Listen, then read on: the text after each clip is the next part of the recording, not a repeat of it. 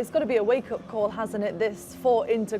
They've been poor on the road, and especially after getting such a big result against Napoli, this feels like a massive dip. Yeah, 20 goals away from home, tied for the worst in the league with Bologna. I mean, it's not good if you're Inter. They only let in 24 goals, 20 came away from home. And when you look at the substitutions, Gagliardini, Dumfries, Lukaku, all not good enough. Aslani, Dumfries at the end gets jumped over. Lukaku especially poor. He did nothing. Lukaku was terrible, as bad as he can play, I think, in the second half. And I was saying, as they were about to close that game up and win the game 2-1, I was saying, can you imagine if Inter needed a goal and Lukaku performed this way?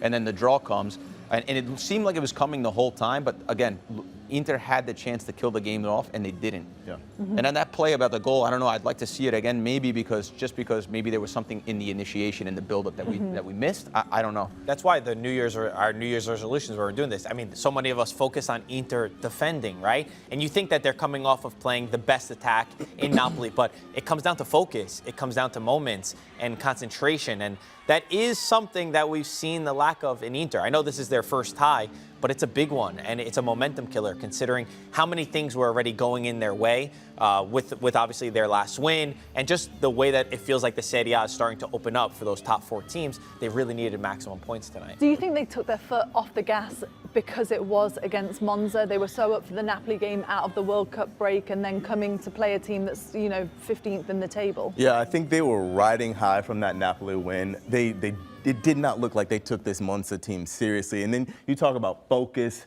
moments, concentration, sloppiness. In the 80th minute, I'm sorry, not the 80th minute, the play that led to the goal, Mkhitaryan trying to flick a ball over an opponent's head in midfield. And around, I think, the 60th, 65th minute, Grella and I looked at each other like we didn't realize Mkhitaryan was still on the field, number one, and then we couldn't figure out why he was then still on the pitch. And then it speaks to a lack of seriousness within the squad at that point, I think. You can't have, when you want to compete and win games, especially on the road, you have to have 11 players plus the 3 or 4 substitutions that you put in. You can only afford so many bad performances, but when you get guys like Mkhitaryan hasn't been good for me, hasn't been good enough, hasn't been the Inter standard. I mean, Lukaku all season, really, when you compile everything, including the injuries, hasn't been good enough. So when you start played much, so Lukaku. Okay, but exactly, like 5-6 games. No, but exactly, but he hasn't been good. Okay. And when you look at all these players, they pile up. These poor performances pile up, and then at the end of the day, you can't get results. And Monza played better than them. They played better football than them.